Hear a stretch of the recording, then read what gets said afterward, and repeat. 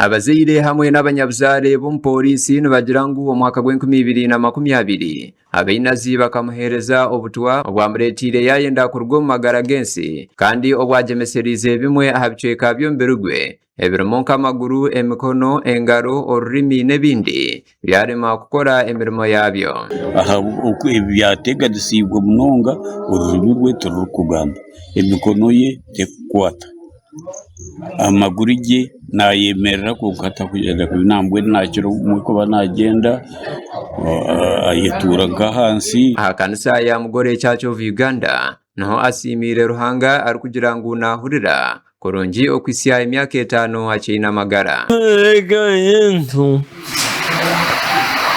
nango kutengaho abakuzenenkweka abiyazime abagabaswana okuzokuna ngitobajeno nisimaranga okuntenga.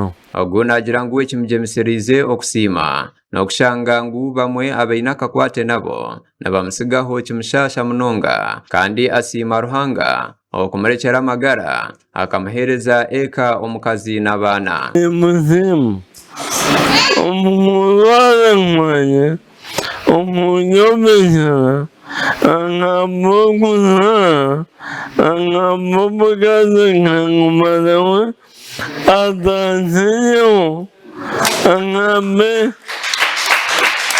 ebyokulya by'abagenzi banye nayiboneye.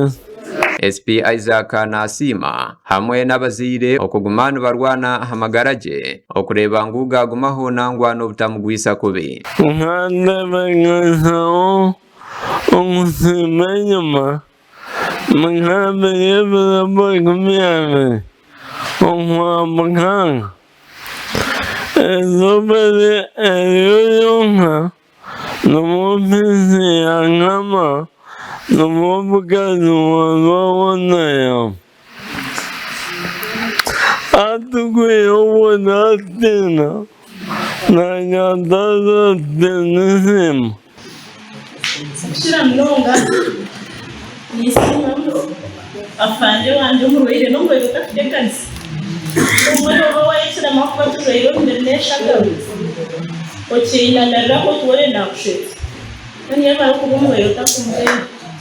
Joramu Kafure kanagira gavumenti eine kufayo okugumana emuhereza akasente nangwa ekashomesa n'abaana be. Organizing kugira ngo umurubugu yakozere n'umukuru munonga katugume tumufacilitating ubaba mwongera umushara ubaba mushomeseza abana be kuba kumushomeseza abana be cyo kikamara ahubwo kuba nabona bo bantu abanyenshakare kugira ngo nabayito mwanya gwishebo gasha kuba kana remesa habwa tayari West omuri Kiruhura.